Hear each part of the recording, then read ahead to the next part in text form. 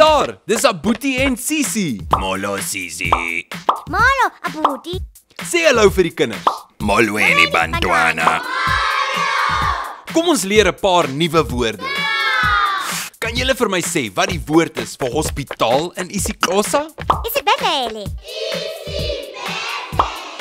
Dis reg, isibedlele. En wat is die woord vir winkel in isiXhosa? Ivenkile. Baie mooi, ivenkile. Nou, wat is die woord vir skool in isiXhosa? Isikolo. Dis reg, isikolo. En wat is die woord vir kerk in isiXhosa? Ikawa. Dis reg, ikawa. En wat is die woord vir huis in isiXhosa? Indu. Baie mooi, indlu. So, ons het isibedlele, ivenkile,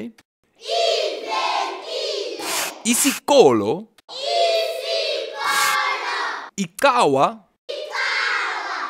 en indlu. En nou kan jy hierdie woorde gebruik om sinne te bou. Totsiens Abuti, totsiens Sisi. Sien julle volgende keer. Nitsalika kukle.